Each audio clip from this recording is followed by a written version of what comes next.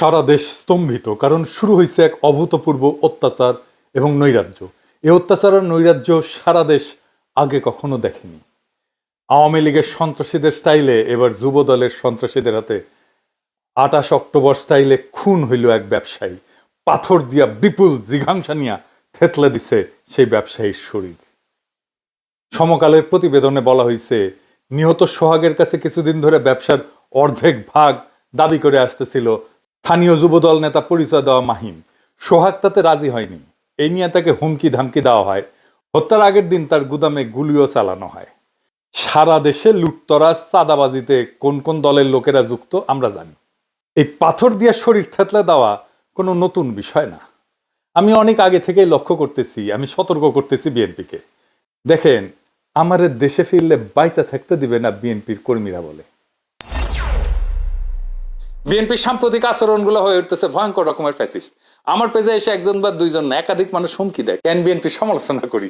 খুন করে ফেলার হুমকি দেয়।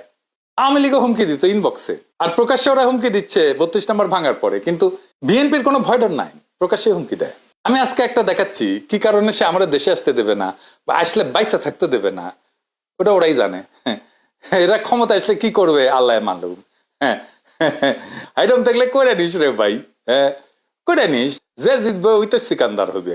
হাইডম থাকলে তুই আমাকে দেখে নেবো, আমার হাইডম থাকলে তো করে দেখে নেবো। এটাই রাজনীতি।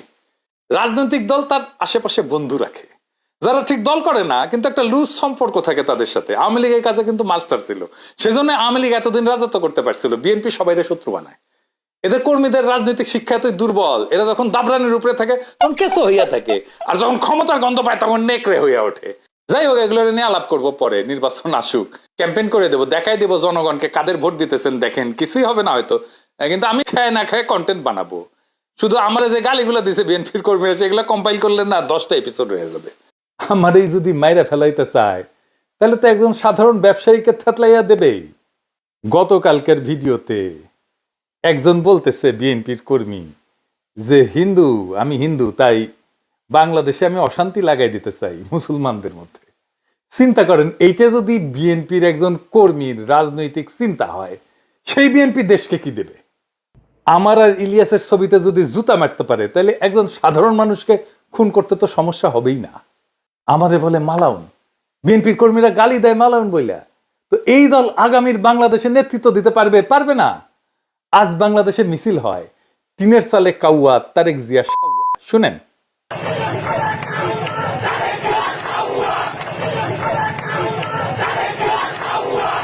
এর দায় কার? চান্দাবাজদের নাকি বিএনপির অনলাইন ইনফ্লুয়েন্সারদের? আসেন সেটা একটু বুঝে দেখি। এর দায় ক্যাটাগরিক্যালি কয়েকজনের। আমি নাম বলতে চাইতেছিলাম না, কিন্তু আজকে আমি বলবো। আমি তালিকা করে আজকে নাম বলবো। এই তালিকায় প্রথমে থাকবে ফাহাম আব্দুল সালাম, শাহেদ আলম, রাশেদ, বুলডগ মির্জা, অ্যাপোলো, জুলকারনাইন সায়েদ, রুমিন ফারহানা, ফজলু পাগলা, কথা কামাল, মারুফ, বিএনপির সাথে অ্যালাইন্ড হওয়া সিপিবি বামপন্থী ঘটনার লোকেরা এবং আরো কয়েকজন। এরা ইন্টেলেকচুয়ালি বিএনপিকে পথভ্রষ্ট করছে নিতান্ত নির্বুদ্ধিতা থেকে এবং বিগ ইগো থেকে। এরা বিএনপির কর্মীদেরকে উস্কাইছে, যারা বিএনপির শত্রু না তাদের বিরুদ্ধে। বিএনপির ভ্রান্ত ন্যারেটিভ তৈরি করছে এরাই। হুদাই ছাত্রদের, এনসিপি, প্রফেসর ইউনূসের সরকার, জামাত শিবিরের পিছনে লাগছে এরাই সেই ন্যারেটিভ তৈরি করছে। ওয়াকারের সাথে দোস্তালি করছে এরাই। এর ফলে বিএনপির কর্মীরা সারা দেশে দিগ্ভ্রান্ত হয়েছে। পলিটিক্স বুঝতে পারেনি, রাজনীতি বুঝতে পারেনি, আজকার করণীয় কি বুঝতে পারে নাই। বিএনপির নেতৃত্ব বিভ্রান্ত হয়েছে। এখন কইতে পারেন, বিএনপির নেতৃত্ব কি লায়ক না যে তাদের বিভ্রান্ত করা যায়?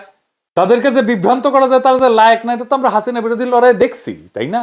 সেজন্যই তো বিএনপি এই লড়াইয়ের নেতৃত্ব দিতে পারে নাই। তাই বিএনপির পলিটিক্যাল ম্যাচুরিটি কেমন সেটা নিয়ে প্রশ্ন তোলা যায় আছে।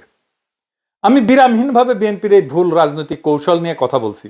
বিএনপি মনে করিছে বিএনপির আমি পাকা ধানে মই দিতেছি, হ্যাঁ, অথচ এরা বোঝে নাই আমার বিএনপির সাথে অ্যালাইন্ড হয়ে যাওয়াটাই সবচেয়ে সহজ ছিল। আমার উপরে ঝাঁপে পড়িছে।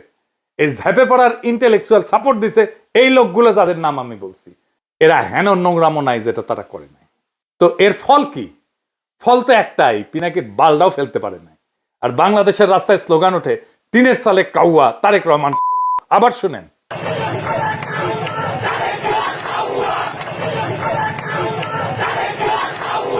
2বার শুনাইলাম। যে তারেক রহমানের বীরের বেশে দেশে ফেরার কথা ছিল, সেই তারেক রহমানকে এই জায়গায় নামায় আনার দায় এই লোকগুলার। 2 দিন আগে এরা আমার পিছে লাগিয়েছিল দল বেঁধা, একটা ছবি নিয়ে, এই যে ছবিটা নিয়ে একটার পর একটা ভিডিও বানাইতেছে। ওই ভিডিও দিয়ে নাকি আমাকে চর মারিছে ভার্চুয়ালি। হ্যাঁ, আরে নেতারা যে টেকে নাই এই ছেলেটার দিকে, সেটা তো মিছা না। ক্যামেরার চোখ তো ভুল দেখে নাই। ওই ক্র্যাশে দাঁড়ানো ছেলেটা নিজে এসেও যদি বলে, তাও আমার দেখাটা মিথ্যা না। আমার সেই সমালোচনা নিতে পারে নাই, তাই লানত পড়িছে। আজকে রাজপথে স্লোগান উঠেছে তারেক রহমান। ইডেনে ছাত্র দলকে হল ছাড়ার আলটিমেটাম দিছে। এই ইডেন থেকে ছাত্রলীগ আর আওয়ামী লীগ বিতাড়নের শুরুটা শুরু হয়েছিল, মনে আছে না? আমি যে সমালোচনা করেছিলাম, সেই ছবিতে বুড়া নেতারা একজন আহতের দিকে না তাকায় নিজেরা গল্প করতেছিল, সেই সমালোচনা তারা নিতে পারে নাই। আর আজ তারা লজ্জায় মুখ দেখাতে পারতেছে না। দুর্বিনীত বর্বর মধুলবীদের দলে ভিড়ায় এক সময়ের সহযোদ্ধাদের উপরে জিঘাংসে নিয়ে যারা ঝাঁপায় পড়ে, তাদের উপরে এভাবেই খোদা লানত পড়ে।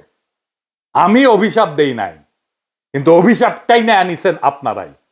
রাজনীতিতে লাগে বয়ান, বয়ান ন্যারেটিভ। ওইটা যারা পারে তারাই রাজনীতির গতিমুখ ঠিক করতে পারে। ওইটা আসে এইখান থেকে, মাথা থেকে, এটি থেকে। ওইটা যতদিন থাকবে, যাদের সচিব থাকবে চিন্তায়, তারাই রাজনীতির মাঠে টিকে থাকবে। নিজেরা এভাবে জয় বাংলা হয়ে যাবেন, যারা চিন্তায় সজীব তাদেরকে পরাজিত করতে পারবেন না। এই সরল সত্যটা মাথায় রেখেন এখন থেকে। বিএনপির এই দশা কারা করলো, কিভাবে করলো এবং কেনই বা করলো, আসেন এটা একটু বুঝে দেখি। ওয়াকার আর তার পাশ পোষা ডিজিএফআই এর প্ল্যান এটা। বিএনপি যখনই ইন্ডিয়ার খপ্পর থেকে বাইরে হয়েছে, তখনই বিএনপির চান্দাবাজ দুর্বৃত্ত অংশকে আশকারা দিয়ে মাঠে নামাইছে ডিজিএফআই। তাদের ইন্টেলেকচুয়াল সাপোর্ট দিছে বিরানি আলম, কচুঘাতি সহ অনেকেই, যারা বাংলাদেশে অ্যান্টি হাসিনা, অ্যান্টি ফ্যাসিস্ট রাজনীতি বুক দিয়ে আগলায় রাখতে পারে, তাদের বিরুদ্ধে ক্যাম্পেইন শুরু করছে এরা। এই কচুখেতি জুলকার নাইন সায়ের যা বলবে মনে করবেন এটা ওয়াকারের কথা, এটা ডিজিএফআই এর কথা। ও ডিজিএফআই থেকে মাসোহারা পায়। তারেক রহমান আর প্রফেসর ইউনূসের মিটিং হওয়ার পর আমি বলছিলাম ইন্ডিয়া আপাতত পরাজিত হয়েছে, কিন্তু ওয়াকার নতুন প্ল্যান নিয়ে মাঠে নামবে, মনে আছে না? ডিজিএফআই এর লক্ষ্যই ছিল বিএনপির বেপরোয়া অংশকে দিয়া এমন অবস্থা তৈরি করা যেন বিএনপি ঘৃণিত রাজনৈতিক শক্তিতে পরিণত হয়। ঠিক রাস্তায় আগাইছে। তাদের প্ল্যান পরিকল্পনা সফল কইরা দিছে এই কচুখেতিরা, এই বিরানি আলমেরা। এমনই প্ল্যান করছে ডিজিএফআই যেন বিএনপিকে একেবারে ধ্বংস করে দেওয়া যায়।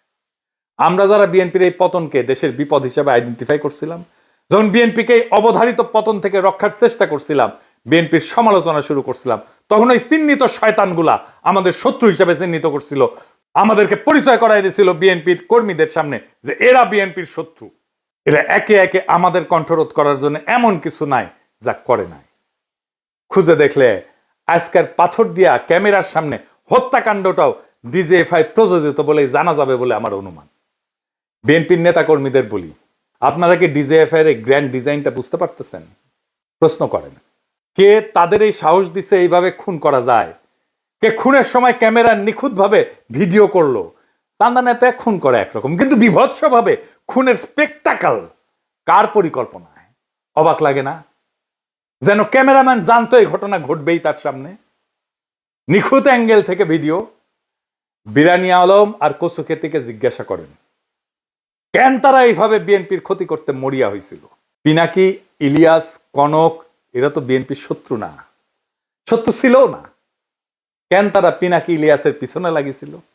তারা প্রচার করছে না বিএনপিকে আমরা ক্ষমতায় আসতে দিতে চাই না। বিএনপি এখন ক্ষমতায় আসতে পারবে কি মনে হয়? প্রফেসর ইউনূসের সরকারের আইন শৃঙ্খলা রক্ষার ব্যর্থতার কথা বলতেছিল। আরে বেকুবের বাচ্চা, ম্যাজিস্ট্রেসি পাওয়ার নিয়ে মাঠে কি আর্মি নাই? ওয়াকারের লোক নাই? তারা কি লাইতেছে?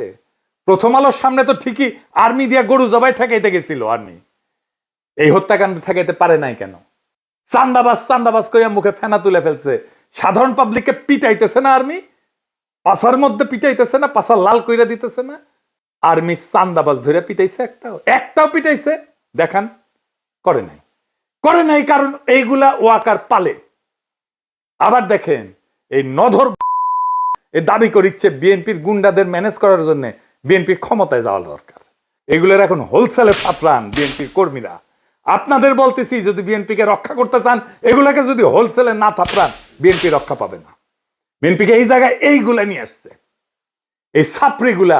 যেদিন থেকে বিএনপির কান্দে চাপিছে, সেদিন থেকে বিএনপির পতন শুরু হয়েছে। বিএনপির নেতাকর্মীদের এখন কি করণীয়? এইটা বিএনপির জন্য একটা ওয়েক আপ কল। বিএনপির কই আওয়ামী লীগের রাজনীতি করা বাদ দেন।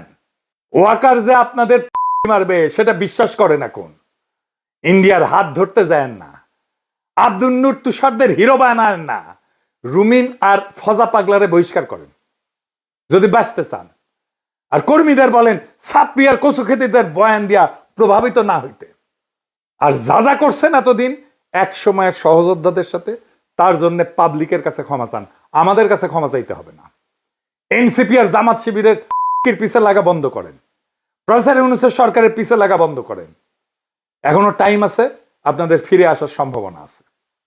রাজনীতিটা করেন, কিভাবে করতে হবে রাজনীতি নিজে না বুঝলে আলাপ করেন, সাহায্য করব, পরামর্শ দিব।